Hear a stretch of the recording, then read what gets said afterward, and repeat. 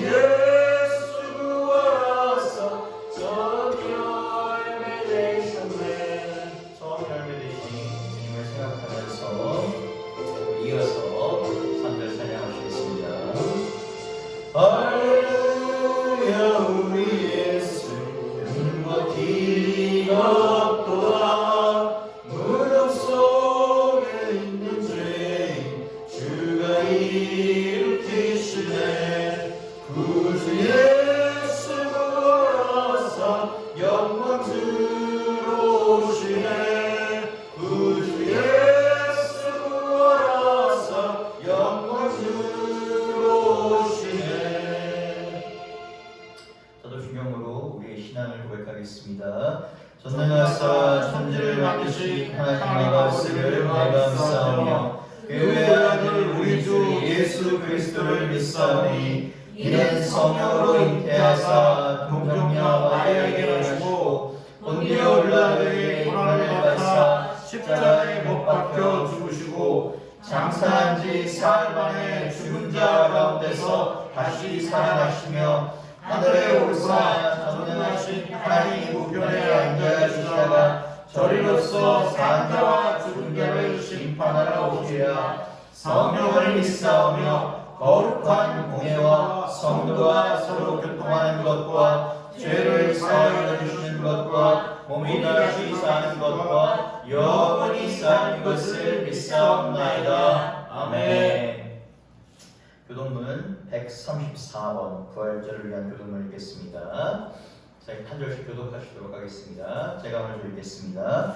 내가 받은 것을 먼저 너희에게 전하였노니 이는 성경대로 그리스도께서 우리 죄를 위하여 죽으시고 장사하신 바 되셨다가 성경대로 사흘 만에 다시 살아나사 대바에게 보이시고 그 12 제자에게와 그 후에 500여 형제에게 일시에 보이셨나니 그 중에 지금까지 대다수는 살아있고 어떤 사람은 잠들었으며 후에 야고보에게 보이셨으며 그 후에 모든 사도에게와 맨 마중에 만삭되지 못하여 난 자 같은 내게도 보이셨느니라. 그리스도께서 만일 다시 살아나지 못하셨으면 우리가 전파하는 것도 헛것이요 또 너희 믿음도 헛것이며 만일 그리스도 안에서 우리가 말하는 것이 다만 이 세상의 산뿐이면 모든 사람 가운데 우리가 더욱 불행한 자리라. 기도하겠습니다. 그러나 이제 그리스도께서 죽은 자 가운데서 다시 살아나사 잠자는 자들의 첫 열매가 되셨도다. 오늘 하나님께서 주신 말씀은 마가복음 16장 12절에서 14절입니다. 마가복음 16장 12절 14절입니다. 오늘 길지 않으므로 합독하시도록 하겠습니다. 그 후에 그들 중 두 사람이 걸어서 시골로 갈 때에 예수께서 다른 모양으로 그들에게 나타나시니 두 사람이 가서 남은 제자들에게 알렸으되 역시 믿지 아니하니라. 그 후에 11 제자가 음식 먹을 때에 예수께서 그들에게 나타나사 그들의 믿음 없는 것과 마음이 완악한 것을 꾸짖으시니 이는 자기가 살아난 것을 본 자들의 말을 믿지 아니하밀러라. 이 말씀은 살아계신 하나님의 말씀입니다. 아멘. 할렐루야. 오늘도 예배 자리에 나오신 여러분을 주님의 이름으로 환영합니다. 오늘 설교 본문은 마가복음 16장 12절에서 14절입니다. 제가 보통 강의 설교를 하기 때문에 설교 본문을 길게 잡습니다. 그러나 오늘은 저희가 요 설교 본문하고 교차해서 봐야 될 설교 본문이 있기 때문에 요 본문은 짧게 잡았습니다. 그래서 주보에 보시면 누가복음 24장 13절에서 33절을 오늘 성경 말씀에다 제가 첨부를 해놨습니다. 그래서 이걸 다시 읽기는 너무 길어서 이렇게 놨으니까 여러분께서 오늘 본문과 같이 비교해 보시면서 보시면 되겠습니다. 보통 부활절이라고 하면 제가 부활주의 끝이라고 합니다. 보통 그렇게 생각을 합니다. 그래서 우리가 사순절을 이렇게 기다리다가 부활주일이 되면 아 이제 끝났다라고 생각을 합니다. 그럼 우리는 뭘 기다립니까? 크리스마스를 기다립니다. 큰 기간 동안 크리스마스를 기다리는데 사실 부활절은 교회 여기서 보면 총 7주가량 지속이 되는 아주 긴 절기입니다. 그래서 부활절이 그냥 예수님께서 3월 30일 날 부활하셔서 끝나는 것이 아니라 이게 7주가량 진행이 됩니다. 그래서 오늘 주보 첫면에서 보면 부활절 그렇죠? 제2주라고 이렇게 적혀 있습니다. 그래서 원래 오늘까지 제가 부활에 관한 설교를 하려다가 본문의 길이상 그래서 한 주 다음 주까지 더 하도록 하겠습니다. 부활절기는 이번 24년 부활절기는 5월 12일까지 지속이 됩니다. 우리가 보통 성경에 보면 안식일이라는 개념에 대해서 많이 나옵니다. 그래서 예수님께서도 신약성서에 이렇게 얘기하시죠. 내가 안식일의 주인이다 라고 얘기하십니다. 또 유대인들은 이 안식일을 언제 들었냐면 토요일로 들었습니다. 이 토요일날 이들이 모여서 제사를 이렇게 지냅니다. 좀 더 정확한 시간을 보게 되면 금요일 저녁이 밤 넘어가는 시간부터 이렇게 지나간다고 보시면 되겠습니다. 그런데 우리는 더 이상 토요일을 안식일로 드리지 않습니다. 예수님께서 금요일 오전에 돌아가신 후에 3일 있다 부활하신 일요일, 주일을 우리가 이제 안식일로 드립니다. 왜냐하면 기독교 전통에서는 예수님께서 이때 부활하셨기 때문에 우리가 새로운 이제 안식이다라는 것입니다. 그래서 간혹 이제 이단들이 같은 경우는 토요일을 계속 안식일로 드리면서 기독교 너희가 전통을 따르지 않는다라고 하는데 이것은 성경을 굉장히 일부러 곡해하는 행동입니다. 가끔 이 신자분들께서 이것에 좀 헷갈리실 수가 있는데 우리가 그렇기 때문에 주일을 부활절로 그 안식일로 드리는 것입니다. 그리고 우리가 지난주 3월 30일이 부활절이었습니다. 그러나 교회력을 이 교회력 전통을 보게 되면 주일은 주님께서 부활하신 주일은 매주가 보다 작은 부활절을 드린다. 그래서 이것도 알고 계시면 좋을 것 같습니다. 그래서 매주 예수님과 함께하는 예수님의 부활의 기쁨을 누리는 여러분 되시기를 주님의 이름으로 축복합니다. 오늘 본문을 보도록 하겠습니다. 막달라 마리아가 11제자를 만난 후에 본문에서는 교회 예수님을 따랐던 사람들의 이야기가 나옵니다. 이들은 예수님께서 돌아가신 후 어느 시골 마을로 가고 있었습니다. 본문 12절에서 13절을 읽도록 하겠습니다. 그 후에 그들 중 두 사람이 걸어서 시골로 갈 때에 예수께서 다른 모양으로 그들에게 나타나시니 두 사람이 가서 남은 제자들에게 알렸을 때 역시 믿지 아니하리라. 마가복음에서 본 내용은 이제 스쳐 지나가는 내용입니다. 다른 복음서에서도 이 내용은 없거나 아니면 짧게 기록이 되어 있습니다. 그래서 마가 같은 경우는 다른 내용에 더 많이 주의를 기울이고 있습니다. 말씀드린 것처럼 같은 사건이라도 기자가 어떤 관점에서 어떤 걸 주목하냐에 따라서 이렇게 될 수 있다라고 말씀을 드렸습니다. 반면 제가 본문에 오늘 주보에 첨부드린 누가복음 24장에서는 본 내용에 대해서 굉장히 자세히 설명을 합니다. 그래서 이 내용을 한 20절 가까이 쭉 2줄 가까이 20줄 가까이 풀어냅니다. 보통 성경의 기자들은, 그러니까 우리가 성경의 기자에서 특히 복음서의 기자들은 내가 예수 그리스도를 이렇게 만났다라고 증언하고 있다고 합니다. 예수님의 제자였던 마태 같은 경우는 세리마태를 예수님께서 부르시는 장면이 나옵니다. 내가 그 세리마태였고 예수께서 나를 이렇게 부르셨다라고 합니다. 마가복음의 기자 같은 경우 마가는 그 장면이 나옵니다. 예수님께서 겟세마네 동산에서 잡히실 때 세마포를 두른, 세마포는 요즘으로 얘기하면 아주 비싼 흰 비단입니다. 굉장히 비싼 겁니다.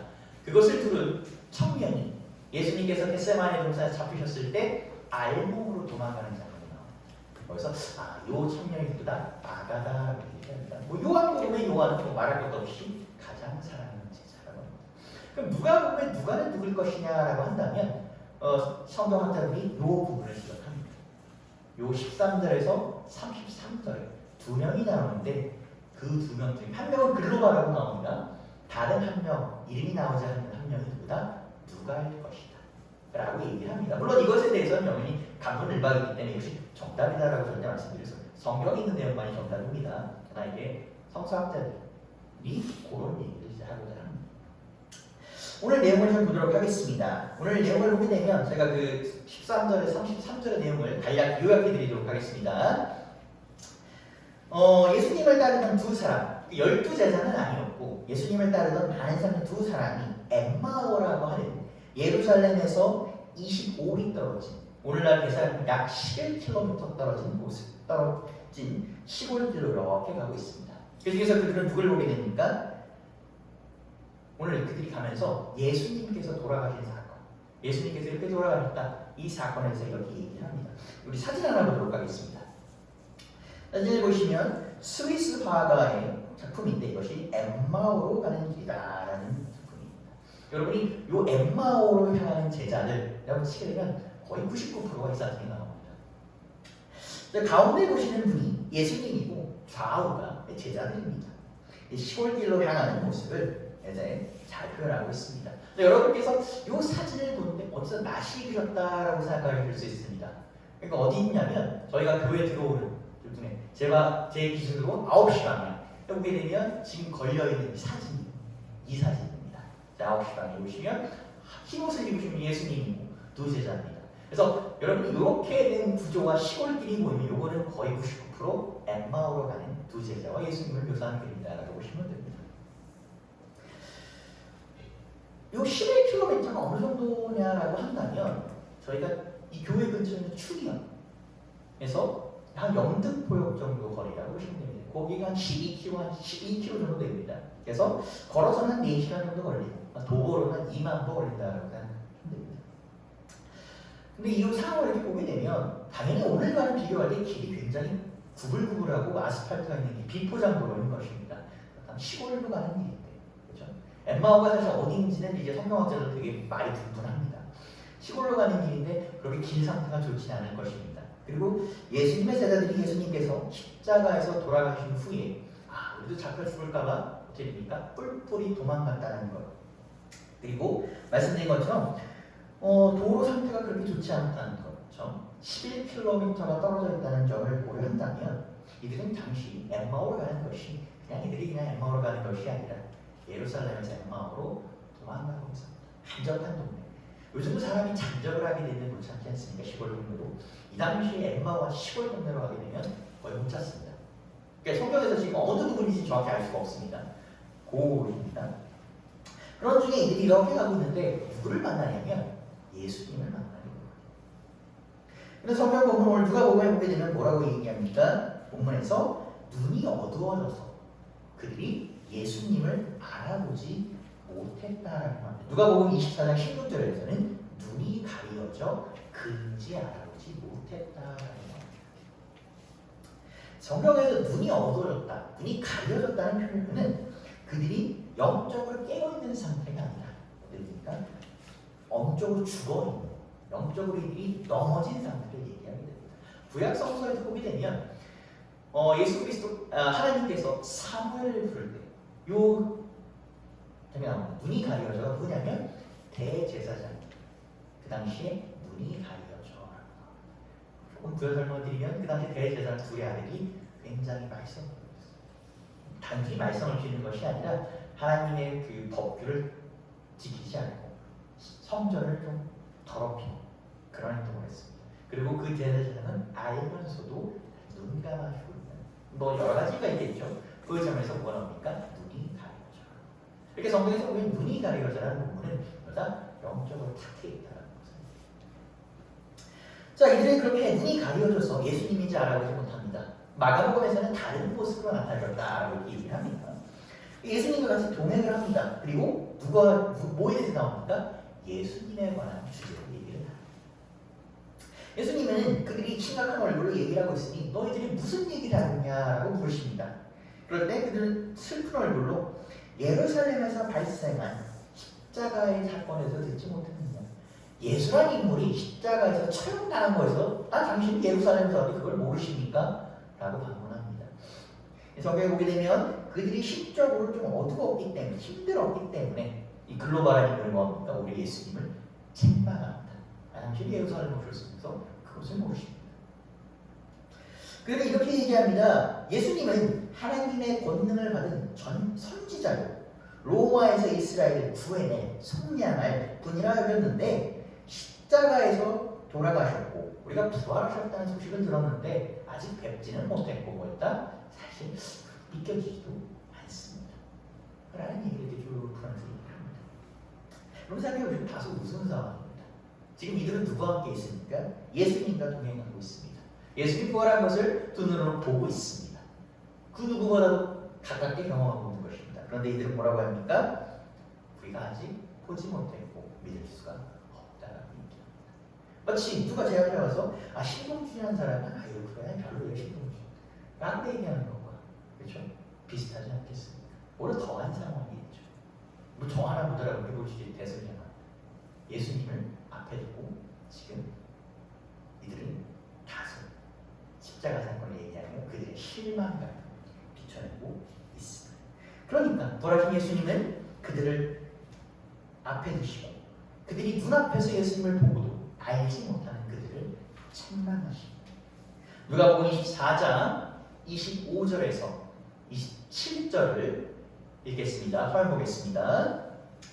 이르시되 미련하고 선지자들이 말한 모든 것을 마음에 더디 믿는 자들이요 그리스도가 이런 고난을 받고 자기 영광에 들어와야 할 것을 아냐 하시고 이에 모세와 모든 선지자들의 글로 시작하여 모든 성경에 쓴 바 자기에 관한 것을 자세히 설명하시니라. 그러니까 그 성경 공부를 하면 설교를 듣다 보면 신약이 있는데 신약에서 예수님이 성취됐다는 약속이 이루어졌는데 우리가 당시 옛날에는 구약시대는 구약이 필요하겠지만 요즘 시대는 구약이 필요한가? 이 신약에서 완성된 것이 아닌가? 라고 할 때가 있습니다. 물론 이 질문은 농담삼아 구약학자들이 제일 싫어하는 질문입니다. 우리가 구약이 왜 필요한 것인가라고 한다면 구약을 통해서 하나님의 예언의 중요성을 알 수 있습니다. 그래서 성경에서 오해하시는 분들은 어떻게 하냐면 예수님께서 나타나신 사건이 신약 때 딱 등장한 사건이다라고 생각을 합니다. 그렇지 않습니다. 하나님께서는 태초부터 예수 그리스도를 보내실 것을 태초부터 예비하셨습니다. 그렇기 때문에 오늘 본문에 나온 것처럼 여러 선지자들의 입을 통해서 그분께서 그리스도께서 오실 것이다, 메시아께서 오실 것이다라는 것을 계속해서 얘기합니다.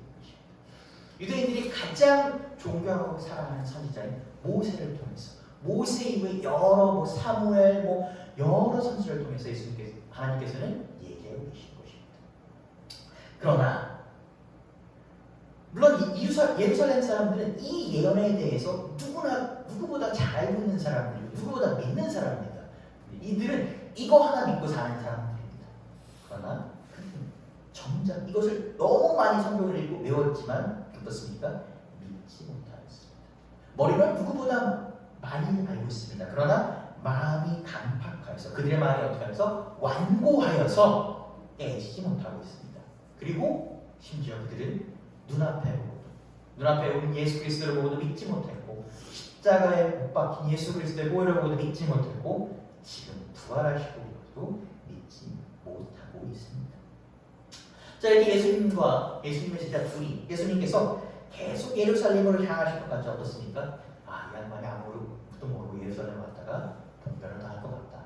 야, 우리가 마지막 양심상 이러면 안 되겠구나. 어차피 지금 날도 깜깜하니 어떻게 했다? 예수님을 말리며 오늘 하룻밤 저희와 함께 주무시고 가시오라고 이렇게 권합니다. 예수님께서는 제자들과 함께 묵을 곳으로 들어가십니다. 그리고 잡히기 전날 밤 그러셨던 것처럼 떡을 떼며 축사하십니다. 누가복음 24장 30절에서 33절을 읽겠습니다. 화면 보겠습니다. 그들과 함께 음식자 주실 때에 떡을 가지고 축사하시고 떼어 그들에게 주시니 그들의 눈이 밝아져 그인 줄 알아보더니 예수는 그들에게 보이지 아니하십니다. 그들이 서로 말하되 길에서 우리에게 말씀하시고 우리에게 성령을 풀어주실 때에 우리 속에서 마음이 뜨겁지 아니하더냐고 곧 그때로 일어나 예루살렘에 돌아가 보니 11제자 및 그들과 함께한 자들이 모여 있어. 사진을 하나 더 보도록 하겠습니다. 성화입니다. 제가 이렇게 성화 보는 걸 참 좋아합니다. 17세기 이 작품은 네덜란드의 유명한 화가 렘브란트의 작품입니다. 그래서 이 작품의 명예명은 엠마오의 저녁 식사라는 작품입니다. 예수님과 제자들이 숙소에 머물러서 저녁 식사하는 모습을 그리고 있습니다. 그림은 어떻습니까? 전반적으로 어두운 배경입니다. 그래서 예수님과 두 제자 그리고 뒤에서 시중 두는 아이가 나옵니다. 예수님께서는 성경대로 빵을 떼시며 하늘을 바라보십니다. 우리가 보통 성화를 한다면 예수님의 모습이 어떻습니까? 굉장히 위험하고 젊고 생기있고 이거는 뭐가 다르다라는 것을 딱 보여주고 있습니다. 그러나 렘브란트 작품에서의 예수님의 모습은 평소와는 조금 어떻게 보입니까? 달라 보입니다. 예수님은 어떠시냐면 지쳐 보이십니다. 수척해 보이십니다. 우리 사람이 고생하면 얼굴 살이 쪽 빠진다 그러지 않습니까? 다소 수척해 보이십니다. 렘브란트는 성화 속에서 예수님이 인간의 몸으로 오신 육신으로 오신 모습을 그려내고자 했습니다. 인간의 몸으로 고난과 십자가를 견디신 그 모습을 그려내고자 했습니다. 더불어 그는 하나님의 모습은 신성도 당연히 빼놓지 않습니다. 보통 이 신성을 표현하는 성화에서 신성을 표현하는 방법은 얼굴 뒤에 후광을 그리는 것입니다. 기독교 교리에서 굉장히 중요한 것이 하나 있는데 예수님은 참 신이자 참 인간이라는 것입니다. 이것은 매우 중요합니다.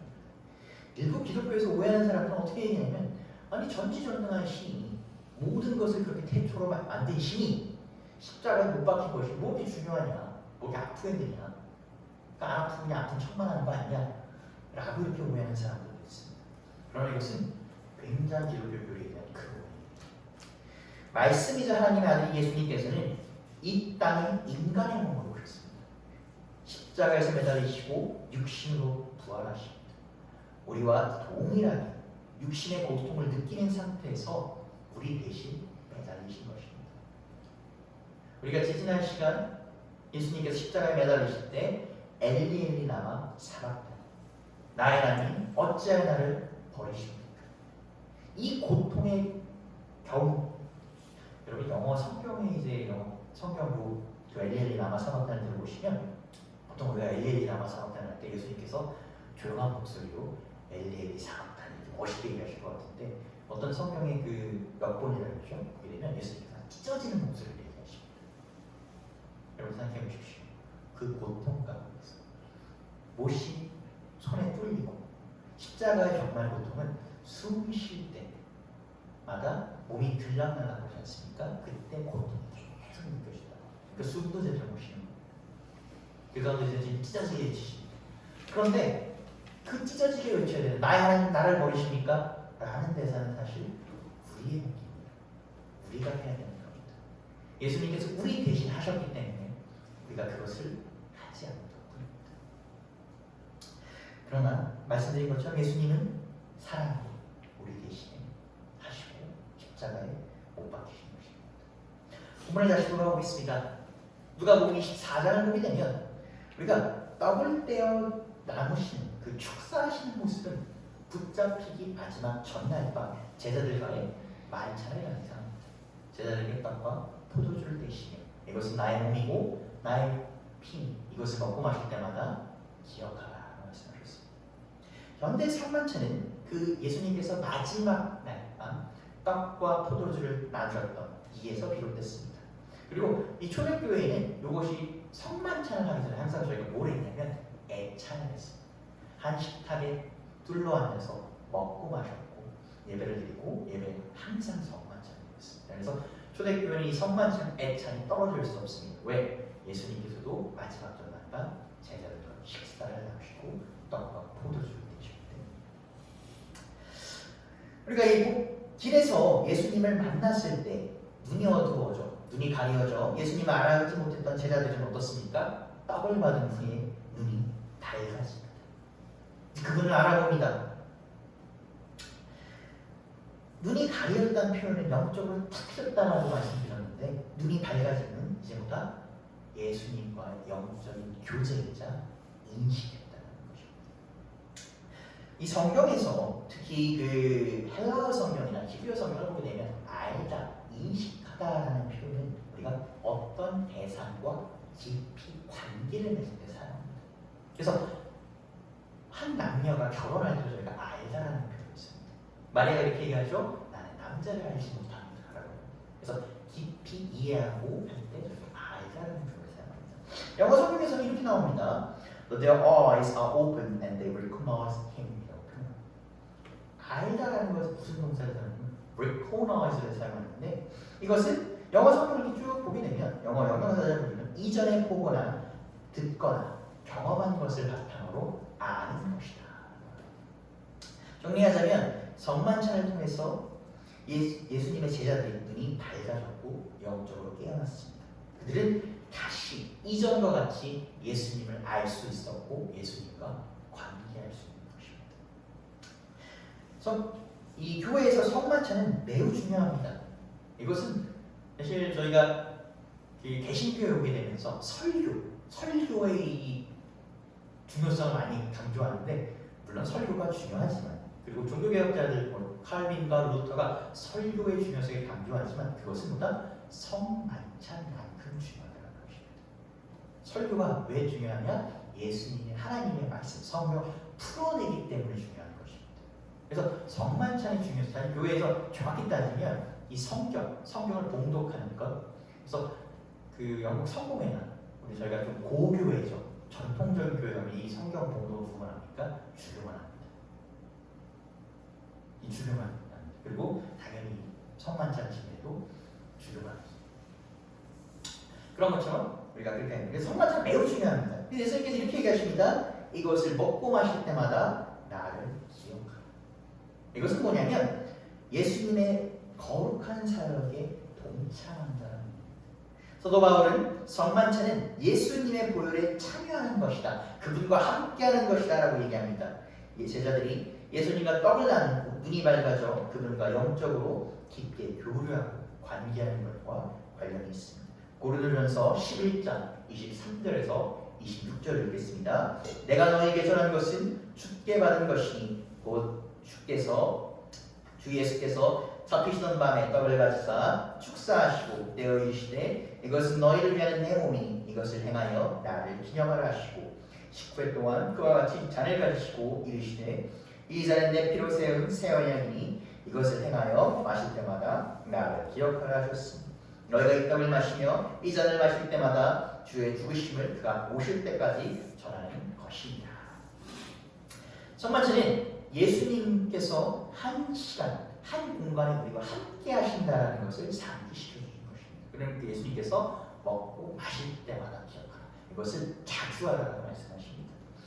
제자들은 예수님께서 돌아가셨다고 생각했기 때문에 다 끝났다고 생각했습니다. 그들은 예수님이 더 이상 없다고 생각했기 때문에 좌절하고 이제 우리 끝났다. 우리가 3년 동안 고생한 건 어떻게보다 헛고생했을지도 모릅니다. 라고 생각했습니다. 그러나 예수님의 보혈에 참여하는 순간 그들은 어떻습니까? 영적으로 깨어서 예수님께서 우리와 여전히 함께 하신다는 것을 깨달았습니다. 마찬가지로 2000년 전에 피 흘리신 예수님의 십자가의 사건은 어떤 것입니까? 과거에 묻는 것이 아니라 그 피와 살이 먹고 마실 때 임재하여 우리와 함께 한다는 것을 깨달아야 합니다. 눈이 띄어진 제자들은 예수님을 만나 말씀을 들을 때 가슴이 뜨거워지는 경험을 합니다. 우리가 보통 이 가슴이 뜨거워지는 걸 뭐라고 하냐면 성경에서 회심이라고 합니다. 회심은 특정 것을 통해서 믿음 속에서 나의 삶, 자신의 삶이 오직 하나님께 향하도록 내 삶의 주인이 하나님을 고백하는 결단의 사건입니다. 쉽게 말하면 사람이 인생을 살면서 인생이 바뀌는 계기가 몇 가지 있습니다. 우리 이것을 터닝 포인트라고 하는데 믿음의 터닝 포인트가 회심이라는 것입니다. 기독교에서 대표적인 회심의 사건을 이렇게 꼽으라면 사도 바울이 다메섹에서 예수님을 만난 사건입니다. 살인자였던 바울이 사도가 됩니다. 방탕하게 살던 교부 어거스틴. 이 교부 어거스틴은 교회 역사에서 굉장히 훌륭한 사람입니다. 그런데 이분께서 고백하신 게 있습니다. 나는 여자없이 못 살아. 그렇던 어거스틴보다 성경을 읽으라는 하나님의 목소리를 듣고 세속의 욕망, 그 욕망이 끄는 사건. 감리교회 웨슬리가 선교와 사랑의 실패 가운데서 영적 고통을 호소할 때 경험한 올더게이스트 회심. 이렇게 회심을 경험한 사람들은 특별한 체험을 하는데 그 중 하나가 어떤 것이냐면 대표적으로 가슴이 뜨거워지는 것입니다. 웨슬리는 그의 일기에서 당시 경험을 다음과 같이 기록하고 있습니다. 화면을 한번 보겠습니다. 제가 읽어드리지는 않고 간략하게 보겠습니다. 웨슬리가 어떤 집회에 참여했을 때 성경을 읽고 나서 나의 마음이 어떻게 했다? 뜨거워짐을 느꼈다. 내가 성경을 읽음으로써 예수님께서 부활하셨다는 것 그것은 알았는데 진정으로 나를 구원하셨다는 것 내가 와닿지 못했다. 그런데 이 가슴이 뜨거워짐을 통해서 예수 그리스도의 보혈이 나를 구원하셨다는 것을 깨달았다라는 것을 고백합니다. 이렇게 회심을 경험한 사람들은 어떻습니까? 그 후에 변화된 삶을 삽니다. 살인자 바울은 어떻습니까? 베드로의 버금가는 위대한 사도가 됩니다. 혼외자를 출생한 속세의 욕망에 사로잡혀 살던 어거스틴은 교부이자 2000년 기독교 신학의 아버지가 됩니다. 실패를 통해 고통받던 웨슬리는 웨슬리라는 시작, 감리교의 시작으로 거듭나게 됩니다. 누가복음 속 제자들은 어떻습니까? 이들은 죽음이 무서워서 좌절하고 낙담하여 예수님을 버리고 예루살렘도 버리고 하나님의 소명을 버리고 도망갔습니다. 그런데 그들에게 예수님이 임하시자 어떻습니까? 그들은 회심하여 엠마오를 가던 길을 접어두고 예루살렘으로 거슬러 올라갑니다. 예루살렘은 어떤 곳입니까? 예수님조차도 죽임당하신 곳입니다. 언제 어디서 누가 예수님의 제자들을 예수님의 무리, 예수님의 도당으로 고발해서 죽일지 모르는 곳입니다. 죽음과 공포가 엄습한 곳입니다. 그런데 제자들이 어떻게 합니까? 그곳을 거슬러 올라갑니다. 죽음이 그들을 기다리고 있다는 걸 뻔히 알면서도 그들은 이 기쁜 소식을 아직 믿지 않는 제자들에게 전하려 그 예루살렘을 거슬러 올라갑니다. 그리고 그들에게 어떻게 합니까? 부활의 소식을 전합니다. 할렐루야! 예수께서 부활하셨습니다. 사망 권세를 이기고 부활하셔서 우리와 함께 하십니다. 부활하셔서 예수님께서 우리와 계시지 않는 것이 아니라 우리와 함께 하십니다. 여러분과도 함께 하실 겁니다. 여러분께서 하나님 예수님께서 약속하신 것처럼 여러분을 만나러 또 오실 것입니다. 이는 우리에게도 마찬가지입니다. 우리는 세상 가운데 좌절하여 예루살렘을 떠나 엠마오로 도망가는 두 제자들과 같습니다. 가는 길에 두 제자들이 그랬던 것처럼 예수님을 믿어왔는데, 열심히 믿어왔는데 소용이 없었다. 좌절하고 낙담하게 되면 끝이다. 그 목이 도움이 되면 아무 쓸모가 없다 라고 할 수 있습니다. 그러나 분명한 것은 그때 예수님은 그 순간 우리에게 다가오십니다. 우리가 눈이 가려져 그거를 알아보지 못할 뿐입니다. 오늘 제가 신학교에 다닐 때 어느 목사님께 들었던 간증, 목회할 때 수많은 어려움이 있었다고 합니다. 그분이 저희 강원도에서 목회하시고, 목회 중에 어떤 일련의 사건 때문에 어떤 성도들하고 같이 노래도 드시고 여러 가지 사건이 있었다고 합니다. 근데 그렇게 수많은 사건이 있을 때 참 그만두고 싶었다고 합니다. 정말 그만두고 싶었다고 합니다. 하나님, 저 이 정도 있어도 되지 않습니까? 그만하겠습니다. 근데 그때마다 누군지 모르는 누군가가 나타나서 도움의 손길을 나오시라고 했다고 합니다. 그때는 누군지 모르셨다고 합니다. 힘들겠다. 그런데 시간이 지나 생각해보면 오늘 마가복음과 누가복음에 나온 것처럼 다른 모습으로 나타내신 예수님인 것 같더라 라고 이렇게 간증하신 걸 들었습니다. 예수님께서는 절대 우리를 혼자 내버려 두지 않으십니다. 우리 모두 그런 경험이 있을 것입니다. 너무 힘들어서 뭐 어떻게 해야 되나, 눈물이 나고 우리가 참 울부짖고 눈앞이 가려져 앞을 볼 수 없는 캄캄한 어둠 속에서 방황하고 있을 때, 자 갈피를 못 잡고 있을 때, 저 엠마오를 향하고 있을 때 예수님은 우리에게 나타나시고 손을 잡아주시고 우리의 눈을 밝혀주십니다. 예수님의 이름을 의지하고 그분이 함께 하신다는 것을 믿는 삶, 우리 목적지는 어디입니까? 예루살렘입니다. 회심을 경험한 삶은 마음이 뜨거워졌고 이전과 달리 평생 삶입니다. 이 자리에 계신 함께 하신 여러분은 회심을 경험하셨다거나 혹은 예수님을 사모하여 회심을 경험하기 위해 이분에 나오신 분인 것입니다. 성령의 뜨거운 감동하심, 회심을 통해 예수님을 의지하며 살아가는 여러분과 제가 되며 또 그를 경험하는 여러분과 제가 되기를 예수님의 이름으로 축복합니다.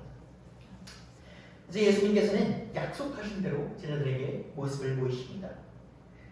그리고 나서 3일 후에 부활하신다는 그것을 믿지 못한 제자들을 꾸짖으십니다. 14절 읽도록 하겠습니다. 그 후에 11제자가 음식 먹을 때에 예수께서 그들에게 나타나 그들의 믿음 없는 것과 마음이 완악한 것을 꾸짖으시니 이는 자기가 살아난 것을 본 자들의 말을 믿지 아니함이더라. 또한 도망간 제자들의 그 감정을 이해 못하는 것은 아닙니다. 우리가 사람이 느낄 수 있는 몇 가지 어려운 피할 수 없는 게 뭐죠? 죽음의 공포입니다. 그리고 심지어 돌아가시는 것을 눈앞으로 다 드러는데 이들이 공포가 얼마나 크겠습니까? 그런데 예수님의 입장이라면, 이 제자들을 보실 때 여러분이 예수님이라면 어떠셨겠습니까?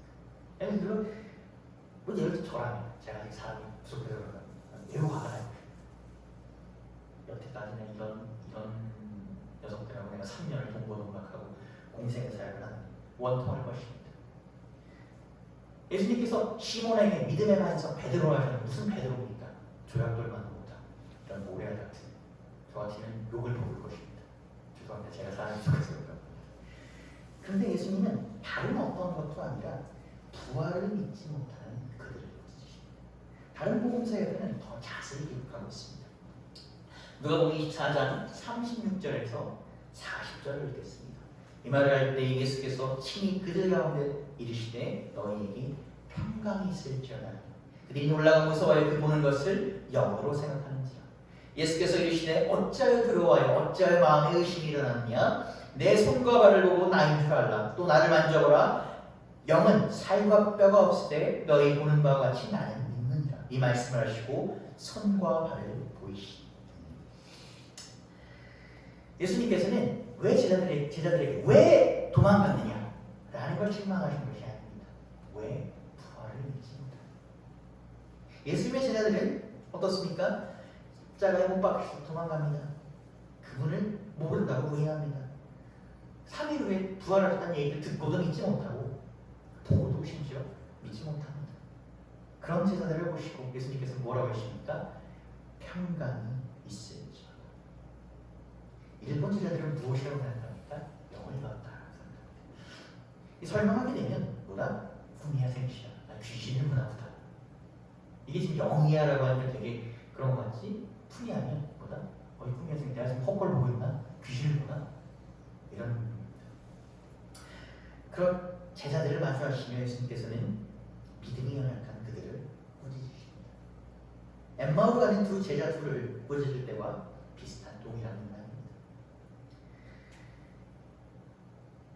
말씀드린 것처럼 이스라엘 백성들은 하나님께서 그들에게 메시아를 보내셔서 그걸 들으셨고 그분이 육신으로 나타나셨는데도 믿지 못하십니다. 십자가에서 죽으셔서 부활하시고 그들 앞에 나타나셔도 믿지 못합니다. 그래서 예수님께서는 너희들이 구약 선지자를 통해서 예수님을 통해서 들은 말을 알고 있으면 뭐하냐? 믿지 못하는데 라며 그들이 마음이 완악하여 부활을 믿지 못하는 그들을 꾸짖으십니다. 그럼에도 믿지 못하는 제자들에게 뭐 하십니까? 못자국이 남아있는 그 손과 발을 보이십니다. 발을 내고 맡기는 것이 아니라 그들에게 못자국이 남아있는 손과 발을 보이십니다. 그러면서 뭐 하십니까? 영이 아니라 육신으로 부활하신 것을 보여주십니다. 이 사건은 뭐와 관련이 있습니까? 부활 소식을 들은 후 사도 도마의 말과 관련이 있습니다. 요한복음 20장 24절에서 27절을 읽겠습니다. 12제자들 하나로 디두모라 불리는 도마는 예수께서 오셨을 때에 함께 있지 아니한지라. 다른 제자들이 그에게 이르되 우리가 주를 보았노라 하니 도마가 이르되 내가 그의 손에 못자국을 보며 내 손가락을 그 못자국에 넣어 내 손을 그 옆구리에 넣어보지 않고는 믿지 아니하겠노라 하니. 여드레를 지나서 제자들이 다시 집안에 있을 때에 도마도 함께 있고 문이 닫혔는데 예수께서 오사 가운데 서서 이르시되 너희에게 평강이 있을지어다 하시고 도마에게 이르시되 내 손가락을 이리 내밀어 내 손을 보고 내 손을 내밀어 내 옆구리에 넣어보라. 그리하여 믿음 없는 자가 되지 말고 믿는 자가 되라. 3년을 동고동락했습니다. 이들은 목숨을 바쳐서 여러분께서 제자들이 도망갔기 때문에 의심하실 수 있지만 제자들은 정말 예수님을 사랑한 건 맞습니다. 모든 걸 걸고 따랐기 때문에 그것은 맞습니다. 그런데 그 사랑했던 스승이 다시 돌아왔는데 놀라고 믿지 못하고 더 나아가서 뭡니까? 내가 거기다가 못자국에 손을 넣지 못하고는 믿지 않겠다 라고 지금 얘기하고 있습니다. 이 도마의 언행을 이렇게 보게 되면 어떻습니까? 이 사람이 다소 언행이 좀 가격한 사람입니다. 더 나아가서 인성 파탄자로 보입니다. 일상의 우리가 가족이나 친한 지인이 다치면 어떻습니까? 매우 걱정을 합니다. 우리 경제의 차이는 있겠지만 부모가 자식이 다친 걸 보면 어떻습니까? 아주 애달합니다. 그것만큼인지는 제가 모르겠고 그건 함부로 얘기할 수 없지만 아주 사랑하는 사람이 다쳤는데 도마의 말은 어떻습니까? 정말 그런 모습이 1도 없습니다. 요즘 말은 못자국에 손을 넣겠다고 합니다. 그러니까 한국식으로 얘기하면 내 눈에 흙이 들어가기까지는 보다 믿지 않겠다라고 하는 것입니다. 이 장면이 얼마나 안 좋은 쪽으로 깊은 인상을 주었으면 이 유럽에서는 잘 의심하고 의심하는 사람을 가르쳐서 뭐라면 doubting 토마스라고 합니다. 의심하는 토마스. 이를 보게 되면 도마뿐만 아니라 사실 예수님의 제자들이 보다 얼만큼 부활을 믿지 못했는지 알 수 있는데요. 예수님은 부활을 하기 후 어안이 건강하고 온전히 믿지 못하는 제자들을 위해서 그들을 다시 깨우십니다. 누가복음 24장 41절에서 43절을 읽겠습니다.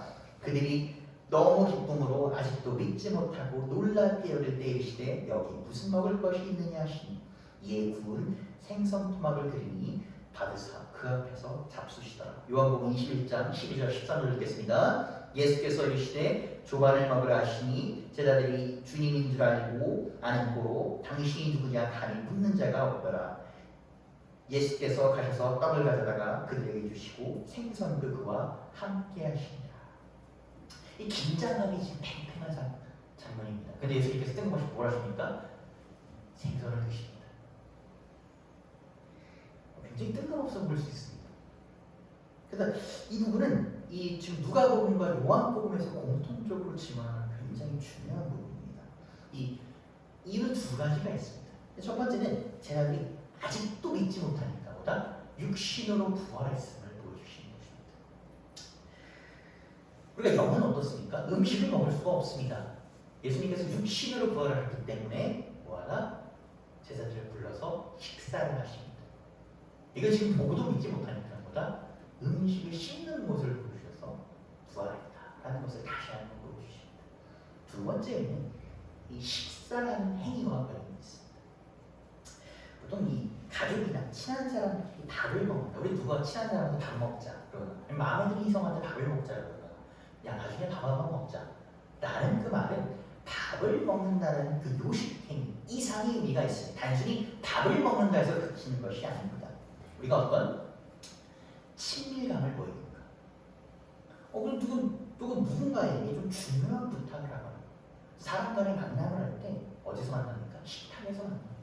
대화하고 어려운 주제가 어려운 사람이랑 얘기할 때 이 밥상머리에서는 어떻습니까? 다소 대화가 술술 풀리는 경향이 있습니다. 우리가 그래서 그렇기 때문에 싫어하거나 불편한 사람들한테는 한 자리에서 밥 먹고 싶지 않습니다. 제한다 그럽니다. 아우 밥 못 먹겠어라고 얘기합니다. 그리고 밥상에 맛이 없는 음식이 올라오면 이 대화가 어떻게 합니까? 대화의 분위기가 다소 냉각되게 합니다.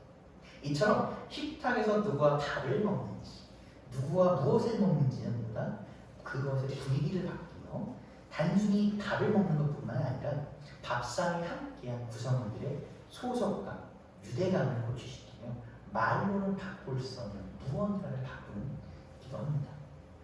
그럼 예수님의 식탁에는 누가 있었고 무엇을 먹었습니까? 예수님의 식탁에 참여한 이들은 예수님과 11제자, 즉 사도들입니다. 그들은 당시 어떤 상황입니까? 스승을 걸고 도망갔습니다. 4일 뒤에 부인하고 4일 뒤에 어떻게 합니까? 예루살렘을 떠나서 갈릴리로 갑니다. 스승이 되살았다는 소식을 믿지 않고 확인하겠다고 합니다. 두드러보고도 믿지 못합니다. 그런 그들에게 예수님은 나타나셔서 그들을 만나러 미리 말씀하신 것처럼 갈릴리로 가십니다. 여러분이 제자라면 이 분위기가 어떻겠습니까? 이 상황이 어떻겠습니까? 어색한 죄책감 속으로는 아직도 무엇입니까? 믿을 수가 없고 현실인가? 꿈을 꾸고 있는 건가? 부정입니다. 이런 모든 것들이 그들을 덮쳐옵니다. 그들에게 예수님은 침묵을 깨시고 같이 식사하라고 말씀하시고 아무런 이야기 없이 그들은 이전에 예수님께서 돌아가신 이전에 그랬던 것처럼 둘러앉아 우리가 한 공동체로서 식탁에 달려는 제가 바뀐 나이 올해 만 28입니다. 근데 이제 물론 나이가 얼마 되지는 않았지만 나는 여러 밥을 먹었고 여러 사람과 밥을 먹었습니다. 근데 이제 그 중에서 가장 먹기 어려운, 가장 먹고 싶지 않은 그다음에서 가장 기억에 남는 밥상이 뭐냐면 부모님이 혼난다는 밥상입니다. 사실 별로 먹고 싶지 않습니다. 그러면서 어떻습니까? 우리가 분명히 내가 큰 잘못을 했는데 나를 불러서 밥을 먹으실 때 우리가 이 뭔가가 매입니다. 그러면서 참 고맙습니다. 그 감과 고마움은 우리가 어떻게 말로 표현할 수 없습니다. 정말 형용할 수 없는 여러 감정이 올라옵니다. 목인입니다. 제자는 어떻겠습니까? 그들도 마찬가지였을 것입니다. 매우 강한 질책을 받으리라 생각했거나 앞으로는 우리가 두 번 다시 이 자리에 이렇게 식탁에 둘러앉아서 밥을 먹을 수 없으리라 생각했거나 돌아가시기 전날 밤 그 나눴던 식탁은 나름 그래도 웃음이 있었고 화목했는데 예수님을 부인하기 전, 도망가기 전 우리가 그때로 돌아갈 수 있을까? 어떤 변명을 해야 되는지 우리가 무슨 말을 예수님께 드려야 되는지 이런 수많은 말과 감정들이 그들의 목을 메이게 했을 것입니다. 식탁에 올라온 음식, 이 생선은 어떻습니까? 어부였던 베드로 형제와 야고보 형제가 예수님을 따르기 전 그들의 생업이었습니다. 그들의 전부였습니다. 그러나 그들이 전부를 버리고 따른 그것입니다. 공생의 사역 중간에는 조금씩은 갈릴리 호수가 있습니다. 그렇기 때문에 예수님의 제자들이 어부였던 것을 생각한다면 예수님의 공동체가 그렇게 호의호식하지 않고 길을 노숙도 하고 그런 것을 생각한다면 호수에서보다 물고기를 잡아서 먹었을 것만 많습니다. 그 길거리에서 길바닥에서 그냥 우리가 물고기를 잡아먹는 그 상황에도 그 식사 자리에도 어떻습니까? 그들에게는 사랑과 기쁨이 넘쳤을 것입니다. 그런데 지금 그 올라온 생선 그것을 먹으면서 그들은 많은 것을 떠올리며 스스로를 돌아봅니다. 분명히 며칠 되지 않았는데 그 며칠간은 너무 다릅니다. 그런 상황 속에서 예수님은 아무 말 없이 어쩌면 여러 말보다 의미가 많은 식사를 공동체하십니다. 이 식사를 통해 말씀하시고 하는 바가 무엇이었을까? 말씀하시고 하는 바가 무엇이었을까? 예수님이 처음 제자들을 만나셨을 때처럼 그들을 불러주셨던 것처럼 이 식사를 통해서 예수님은 몸과 마음이 멀어진 제자들을 다시 부르십니다. 여러분 그 예전적 교회, 그 고교회라고 합니다. 보통 저희가 전통을 지키는 교회를 그 고교회에서 성만찬을 할 때 저희가 한 빵과 한 포도주를 아니 그 신도 같은 경우는 빵을 그냥 잘라다가 자연스럽게 따르다가 할 때 그 고교회 같은 유럽의 그런 옛날 전통교회 같은 경우는 빵 자체를 하나를 짭니다. 그것이 왜 그러냐면 한 빵과 한 포도주를 나눈 것은 예수님께서 식사 자리에서 한 빵과 한 포도주를 나누셨습니다. 그걸 우리가 분병한다고 하죠. 브레이크하는 것을 볼 수가 있습니다. 한 빵과 한 포도주의 의미는 뭐냐면 우리가 예수님과 한 몸이 이를 주님 안에서 나누는 우리는 주님 안에서 한 형제고 부르심을 받은 한 형제자매이며 하나님 아버지가 부르는 한 가족이다 라는 한 공동체라는 마태복음 12장 46절부터 50절을 읽겠습니다. 예수께서 무리에게 말씀하실 때에 그의 어머니와 동생들이 예수께 말하려고 밖에 섰더니 한 사람이 예수께 여짜오되 보소서 당신의 어머니와 동생들이 당신께 말하려고 밖에 서 있나이다. 말하는 사람에게 대답하여 이르시되 누가 내 어머니이며 내 동생들이냐 하시고 손을 내밀어 제자들을 가르쳐 이르시되 나의 어머니와 나의 동생들을 보라. 누구든지 하늘에 계신 내 아버지의 뜻대로 하는 자가 내 형제요 자매요 어머니라 하시더라. 제자들은 이렇게 한 형제로 부르던 사람들이었습니다. 어머니라 부르던 사람들이었습니다. 그런데 그들은 예수님의 죽으심을 눈앞에 보고 두려워서 현실에 좌절하여서 예수님을 잊었습니다. 아니 잊으려고 합니다. 그들은 예수님과 나눴던 식탁을 잊고 그들이 부름받았던 그때 그 소명을 잊습니다. 그런 그들을 찾아와 예수님은 이전과 함께 같이 그들과 식사를 나누십니다. 다른 어떤 말도 아니고 다른 어떤 위로도 아니고 그들과 함께 하셔서 그들을 일으키십니다. 그러니까 예수님께서 제자들을 찾아오셔서 그들의 음식을 나누셨습니다. 그러나 우리가 당시 상황을 생각해 본다면 예수님과 제자들, 스승과 제자의 입장을 생각해 본다면 예수님께서 제자들을 초대하시고 그분의 식탁에 초대하시고 음식을 나누시고 피와 살을 나누셨고 우리가 제자들이 그 자리에 함께했음을 우리가 모두 알 수 있습니다. 말씀드린 것처럼 우리의 삶 가운데, 일상 가운데 많은 일이 있습니다. 매우 기쁜 일도 있고 슬픈 일도 있고 여러 가지 일이 있습니다.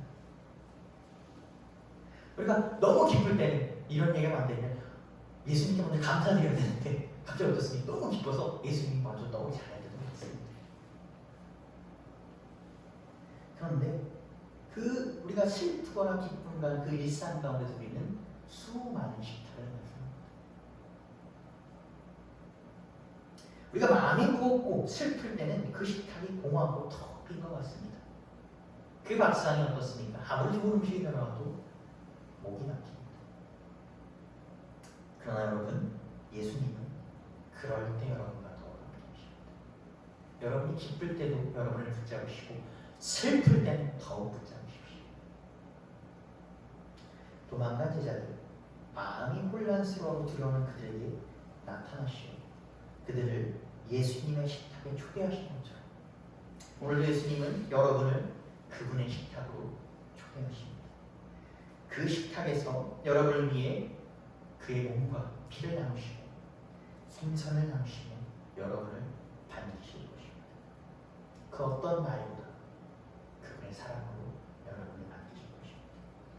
예수 그리스도 안에서 한 형제된 여러분, 오늘도 이번 한 주도 또 앞으로도 영원히 예수님의 식탁에서 함께 하시며 예수님과 함께 나누시는 여러분 되시기를 주님의 이름으로 축복하고 기도합니다.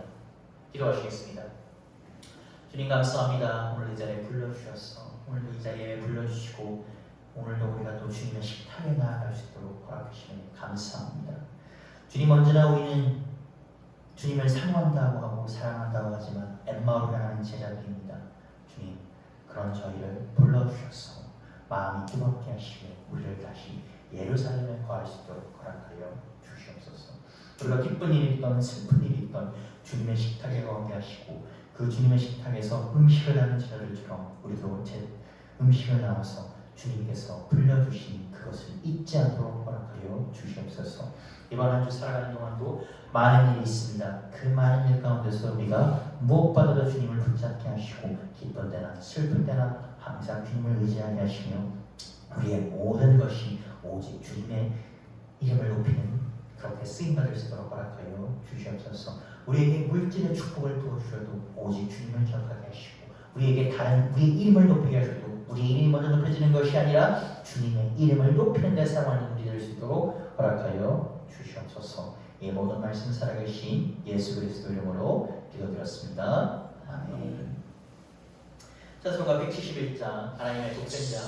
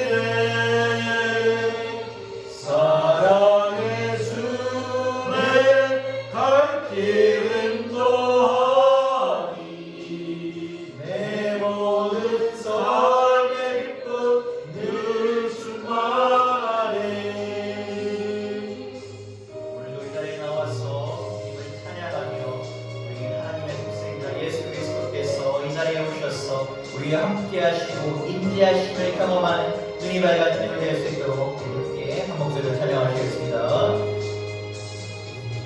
선한 싸움 다 마친 후에 우리 주님 배우리라.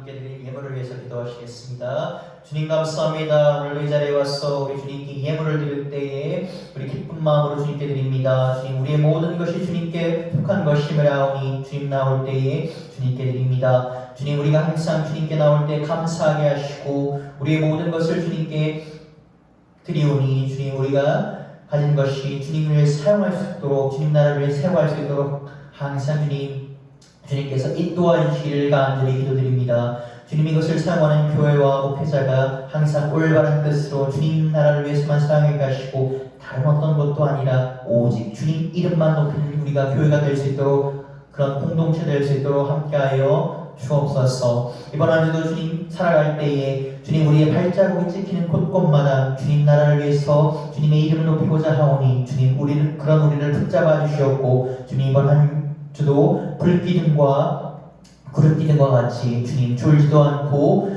쉬지도 않으시고 우리를 지켜주실 것을 간절히 간구드립니다. 주님 이 자리에 나와서 기도할 때에 주님 우리를 기억하여 주옵소서. 살아계신 예수 그리스도 이름을 기도드립니다. 아멘. 교회 소식 나누겠습니다. 이번 한 주도 주님과 동행하시며 승리하시는 여러분 되시기를 바랍니다. 저희 입교 절차를 완료했습니다. 또한 교회 간판 밖에 보게 되면 그 간판 L 등을 이제 저희가 작업을 완료했습니다. 사진 한번 보겠습니다. 어제 밤에 이렇게 찍은 겁니다.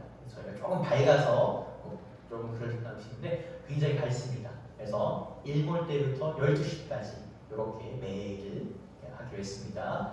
이렇게 또 많이 항상 도와주시는 분들이 많습니다. 그래서 항상 기도 많이 부탁드리겠습니다.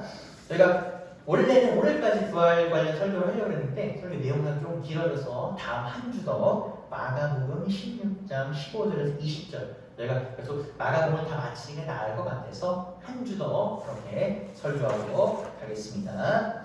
주기도문으로 주일 예배를 마치겠습니다. 하늘에 계신 우리 아버지여 이름이 거룩히 받으시오며 나라가 임하시오며 뜻이 하늘에서 이루어진 것 같이 땅에서도 이루어지이다. 오늘 우리에게 일용할 양식을 주시옵고 우리가 우리에게 죄의 죄를 사하여 준 것 같이 우리 죄를 사하여 주시옵고 우리를 시험에 들게 하지 마시옵고 다만 악에서 구하시옵소서. 나라와 권세와 영광이 아버지께 영원히 있사옵나이다. 아멘. 예배를 마쳤습니다. 이번 한 주도 주님 안에서 승리하시는 여러분 되시기를 바랍니다.